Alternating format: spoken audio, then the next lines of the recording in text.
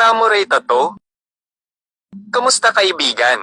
Gusto mo ba ng samurai tattoo? Halika at akong bahala. Ito na nga at aaitan ko na si Sir. Para madikit ko na ang stencil. At habang maganda pa ang panahon at ang view. Ito na nga at sinusukat ko na ang design. Para sipat at makita ko kita ang likod ni ma'am. Este yung design. Fast forward ko lang para maging okay na ang view. Ayan, okay na. Tinanong ko si Sir kung kaano-ano niya si ma'am. At ang kanyang sabi ay, Imao, hindi ko kilala si ma'am. Ang akala ko ay isa sa artist ninyo. ganun po ba? May iba ako sir.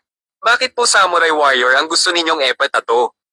Alam mo, Imao, may paborito kasi akong anime. Si Batosai. Or Kenshin Himura sa totoong buhay. Kaya gusto ko ng Samurai Y. Gusto ko yung makita ang letter Y na peklat sa kanyang pisngi. Samurai Y? Hindi ba Samurai X yun? X ang kanyang peklat sa pisngi. Basta. Gusto ko makita ang peklat niya sa pisngi. At gusto ko din ay nasa likod ang talim ng kanyang espada or samurai. Sige po sir. Ako na ang bahala. Matulog po muna kayo dyan habang nanonood ng Netflix. Ito na nga at hagod-hagod muna ako. At ang gamit ko na karayom dito ay ang Blue Nova Cartridge Needle.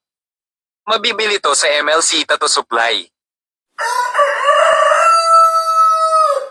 Imao, dapat sa likod ang talim ng espada. Bakit si Kenshin ang nakatalikod? Sir, umiihi si Kenshin dyan kaya nakatalikod. Isa man daw siyang pusakal. Isa pa din siyang tao. Nahihiya din.